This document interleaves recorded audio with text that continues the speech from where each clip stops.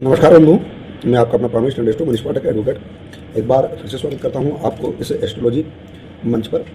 यदि आप हमारे चैनल पर नए हैं तो सब्सक्राइब कीजिए, शेयर कीजिए और इस वीडियो को अंत तक देखिए। आज हम बात करेंगे हृदय रोग के ऊपर कि किसी व्यक्ति को हृदय रोग क्यों होता है, उसके ग्रह नक्षत्र कौन से होते हैं जिसके आधार पर उसे हृदय रोग हो सकता है।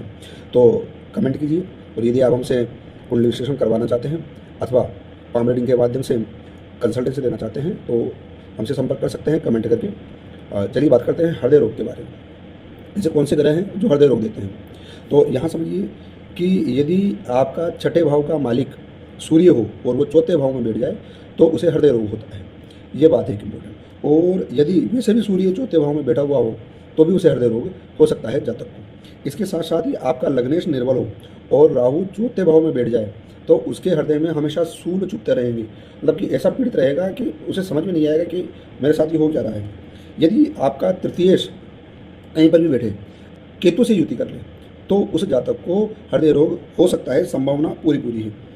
अगर मकर राशि में सूर्य कहीं पर भी बैठा हो तो उस व्यक्ति को भी हृदय रोग हो सकता है, ये चांसेज है। अब इसमें इंपॉर्टेंट बात यह है कि विशेषतः ग्रह नक्षत्र अपनी दशा अंतर्दशा में अपने समय में फल देते हैं। तो कोई कहे कि मेरे बेटा हुआ है, ऐसा तो कुछ नहीं हुआ, तो उसके समय का इंतजार करें कि जब समय आने पर ग्रह नक्षत्रों का फलादेश आता है।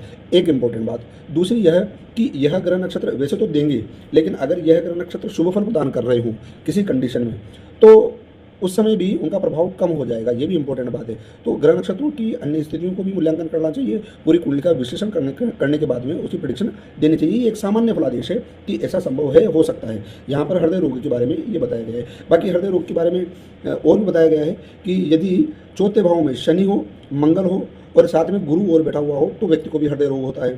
चौथे भाव में बैठ जाए और शनि और मंगल भी बैठ जाए और राहु या केतु बैठ जाए तो भी उसे हृदय रोग होता है। उसका हृदय लगता ही नहीं है, दिन भर वो 5-5 मिनट में उसका व्यवहार बदलता रहेगा, तो हृदय रोग होगा। यदि शनि कहीं पर भी अस्त हो और निर्बल हो तो उसे भी हृदय रोग हो सकता है।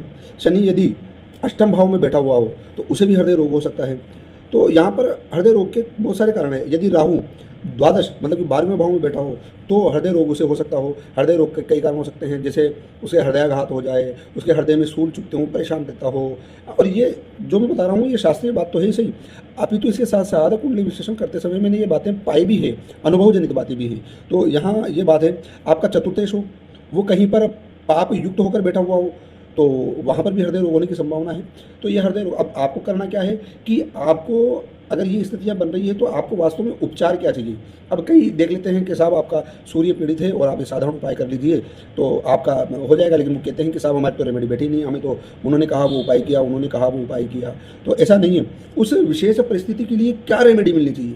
इंपॉर्टेंट बात यह है कि आपकी वह बीमारी क्या है और उस बीमारी की रेमेडी क्या है। राइट प्रेडिक्शन होनी चाहिए, राइट कंसल्टेंसी होनी चाहिए, प्लस राइट रेमेडीज भी होनी चाहिए और उनको भी कंटिन्यूटी में बताई गई सावधानी से की जाए, तब जाकर वो धीरे धीरे उनका फल देना प्रारंभ करती है। अष्टम नक्षत्र का बराबर बहुत मजबूत होता है। साधारण रूप से आप एक छोटा मोटा कोई पूजा पाठ कर लेते हैं, उसे सोचते हैं कि अब सब ठीक हो जाएगा, ऐसा कोई चमत्कार नहीं होता है।